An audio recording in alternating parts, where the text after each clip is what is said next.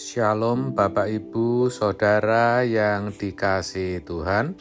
Seri pengajaran hari ini berjudul Berkenan di Hadapan Tuhan. Satu hal yang harus kita mengerti adalah Tuhan tidak pernah tidak mendengar doa kita. Dia mendengar dan selalu menjawab doa kita.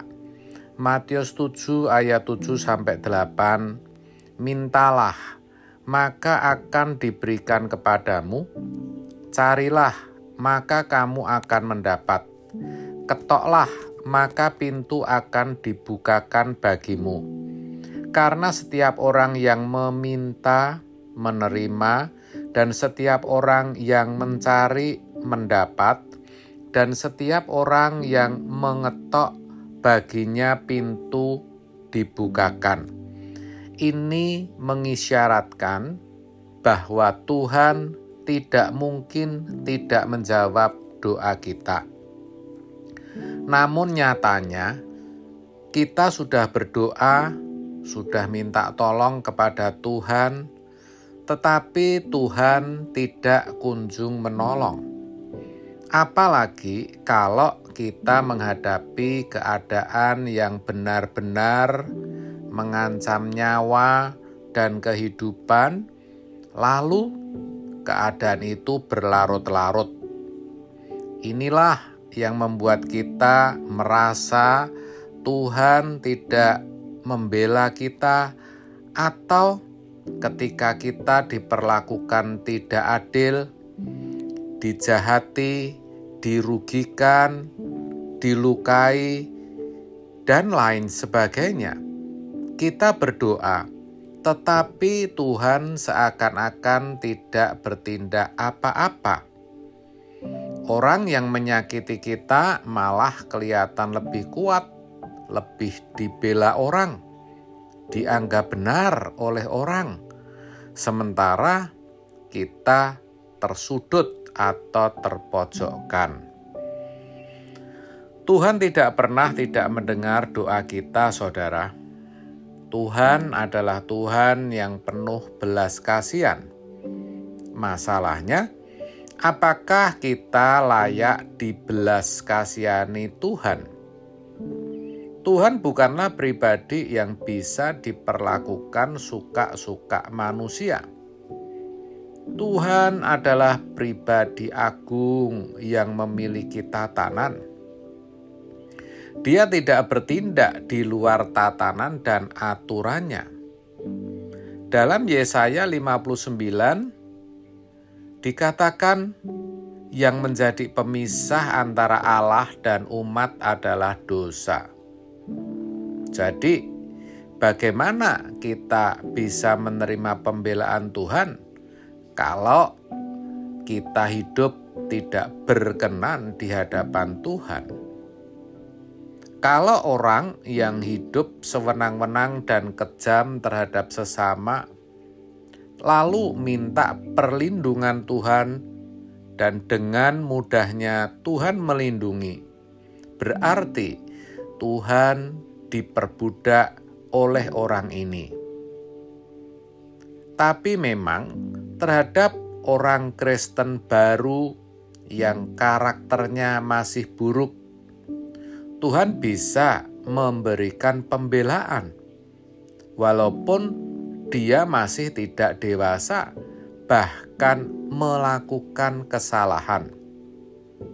Namun, kalau sudah dianggap mestinya dewasa, tetapi hidupnya masih tidak berkenan kepada Allah, memberontak dan melawan Allah, maka ia tidak layak dilindungi, tidak layak dibela, tidak layak dibelas kasihani.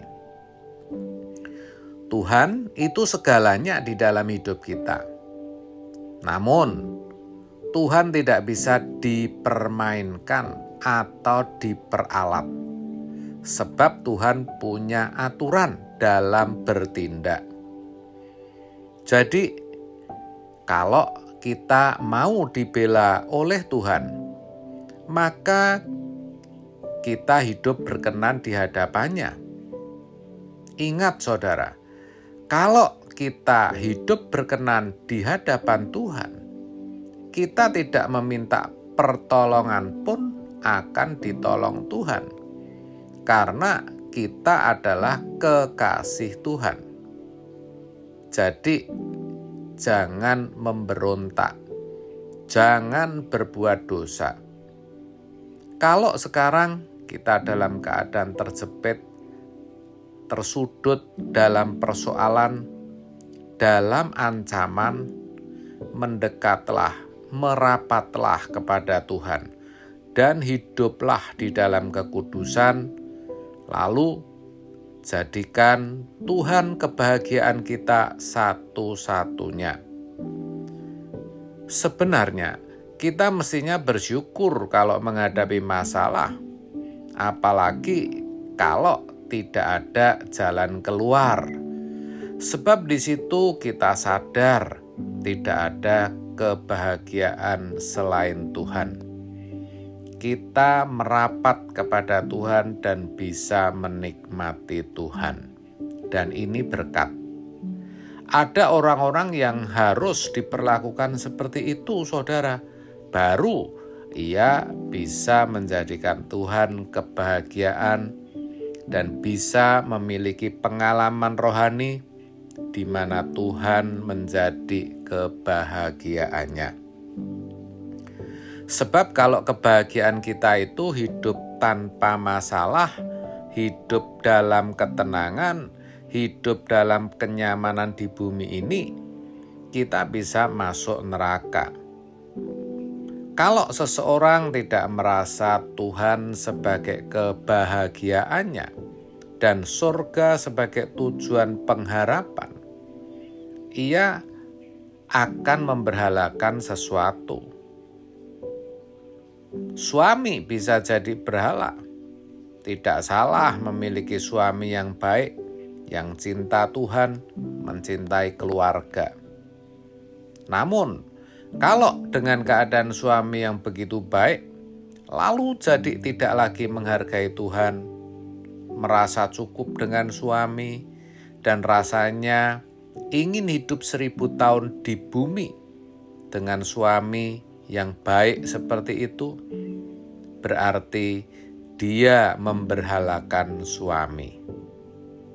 Anak juga bisa menjadi berhala. Begitu fokus ke anak, sampai tidak memiliki waktu untuk Tuhan. Fokus ke anak itu mutlak, harus. Tetapi fokus untuk Tuhan harus lebih mutlak.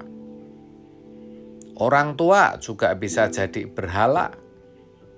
Jadi kalau kita merasa bahagia dan kebahagiaan itu menjadi puncak kebahagiaan kita, berarti kita memberhalakan sesuatu itu.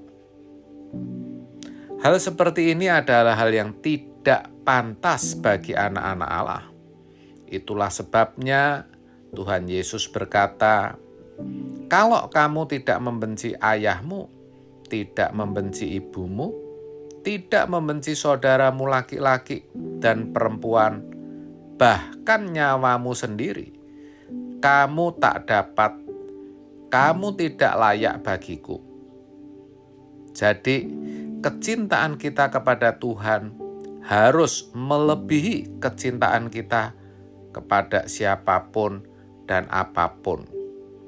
Ketertarikan kita dengan Tuhan harus melebihi ketertarikan kita terhadap apapun dan siapapun. Kita harus terikat dengan Tuhan begitu rupa, karena itu adalah cara mengasihi Tuhan dengan benar. Amin. Tuhan Yesus memberkati.